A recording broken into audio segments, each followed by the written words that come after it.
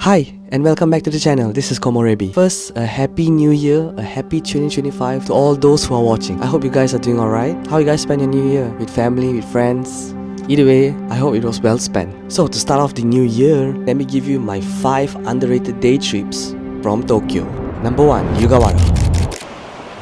Yugawara is a small onsen town known for its relaxing vibe. It's about 1.5 to 2 hours away from Tokyo by train, making it an easy day trip. There are lots of shrines and places to visit. If you've been to Hakone and want something similar, this is a great place to go. I would recommend visiting Jogashima Temple, just a 10-minute walk from the station. I highly recommend Jogashima Temple because it is so beautiful and there's hardly anyone there, so you have it all for yourself. I was really surprised at how beautiful Yugawara is. So don't be afraid to just walk around from one area to another. Next, we head south to the Miura Peninsula, to the coastal town of Misaki. It is an hour train ride to Misakiguchi, and from Misakiguchi you can take the bus all the way to Misaki. There are many spots to visit. You can take the ferry, you can go all the way to Jogashima Island, where you can see, on a great day, a great view of Mount Fuji. I highly recommend taking the ferry if you want to see a scenic view from the ocean. If you are a fan of looking at fish, the ferry has a unique perspective of an underwater view where you can see the fish from the ferry. And if you like feeding fish, they offer a feeding fish activity on this ferry, so do check it out. Misaki is also quite walkable friendly. You can walk all the way to the shrine from the bus stop, which is a 5-minute walk. The town has nice vibe to it, so it's quite nice to walk around. And don't forget to try the seafood as well, it's really delicious. Definitely a coastal town I would want to visit again. Number 3. Okutama.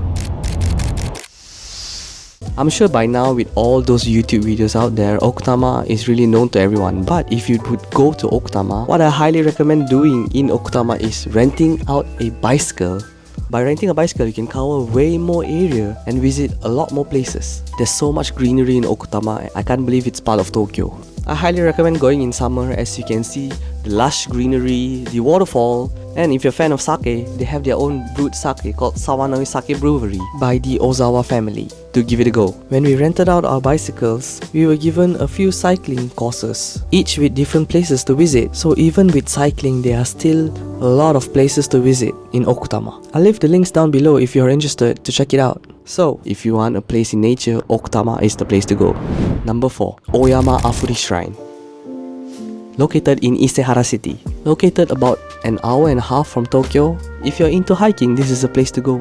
Well, if you don't want to hike, you can always take the cable car, which costs around 640 yen. But I highly recommend you hiking. If you have climbed Mount Takao or you want somewhere more quieter, it has great trails of greenery and views.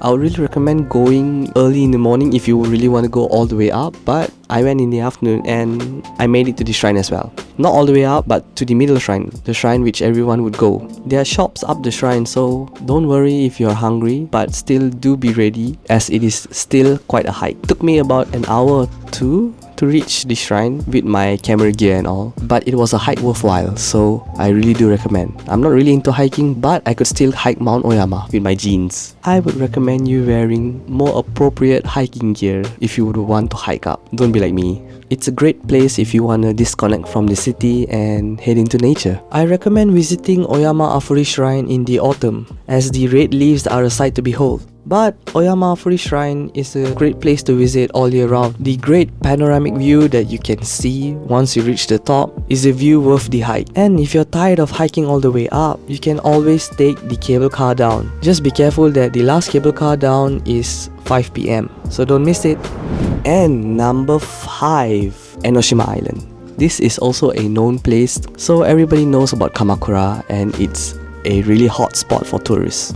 But if you've never been to Enoshima Island, I would really recommend you going to Enoshima Island. But not only going and visiting the shops in the beginning, but hiking up all the way to the shrines. There you can see Kamakura from above and the coastal areas. It is quite beautiful.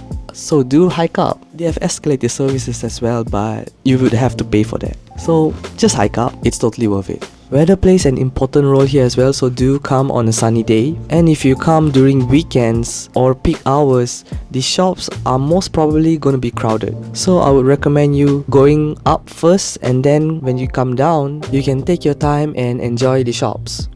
So those are my 5 recommendations, but here are 3 bonus spots just for you. Number 1, Chōfu, home to the historic Jindaiji Temple, the second oldest temple in Tokyo, first being the Asakusa Temple. So if Asakusa feels too crowded, why not stop by here? They have traditional shops along the Jindaiji Sando, selling sweets and souvenirs. It's a place of nature as well, so expect lush greeneries as well. Did I mention that Chōfu is very accessible? It's a 40-minute train ride all the way to Chōfu station, and then you take the bus to Jindaiji Temple. I recommend strolling and enjoying the shops first before heading to the temple, as most of it will close by 5 PM or maybe even earlier. Bonus number 2, Aikawa. This place is a bit more remote but absolutely worth the journey. I would recommend you visiting Miyagase Dam and Hattori Farm. Make sure you do go on a sunny day and not a rainy day, as the views might change. I also recommend you taking the ferry from Miyagase Dam. The view from the ferry is really beautiful, so I really recommend you taking the ferry. Just a word of caution is to check the schedule of the ferry if you plan to make a round trip. If you are into farm animals, Hattori Farm is a place to go. You are able to experience firsthand how the farm animals are. Man, and I tell you, I didn't know cows were really huge. Here you can also try authentic frankfurters, hot dogs and other snacks made by a chef trained in Germany. They also have an ice cream factory here, which is made from freshly harvested milk. Some flavors are seasonal, so make sure to check those out as well. So if you want to have a taste of the farm life, come visit Hattori Farm. If you're really up for an adventure, Aikawa is a place to go.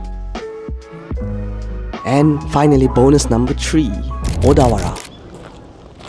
Odawara is the gateway to Western Kanagawa, just a 1.5 hours away from Tokyo. It is full of history and culture, and it is known for its historic castle called Odawara Castle. Odawara is a blend of the old and new, so if you're into history and architecture, you can find something in Odawara. In the castle compound, there is a shrine and a cafe. So if you're feeling tired, you can always rest and have a cup of coffee.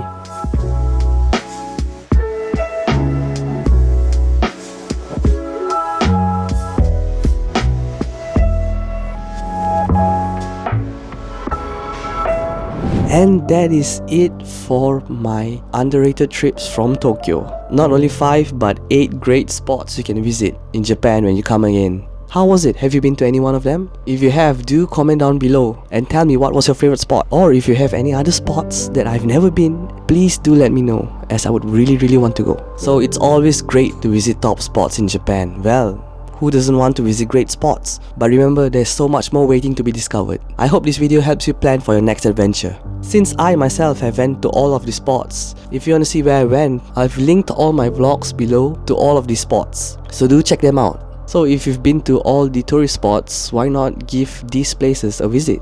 It's the year 2025 and I'm so excited to go on more trips and more adventures. To those who haven't liked and subscribed, please do like and subscribe, as it helps the channel grow. So happy 2025, happy new year to all who's watching. Stay healthy, stay safe, and I'll see you in the next one. Ja ne!